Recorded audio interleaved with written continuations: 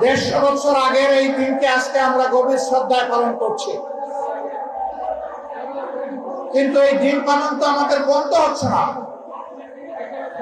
শ্রমিকদের কোথাও কোথাও অথবা অধিকাংশ জায়গায় হয়তো 8 ঘন্টার কর্মঘণ্টা আছে,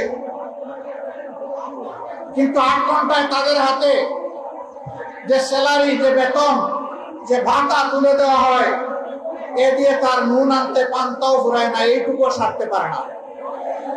তাই বাধ্য হয়ে এক জায়গায় করে 8 ঘন্টা কাজ, আরেক জায়গায় গিয়ে করে 8 ঘন্টা কাজ।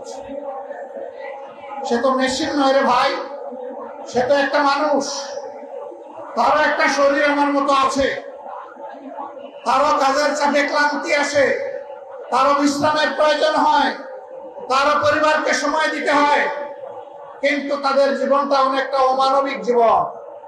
আমরা এই অমানবিক জীবনের অবসান ঘটাতে চাই।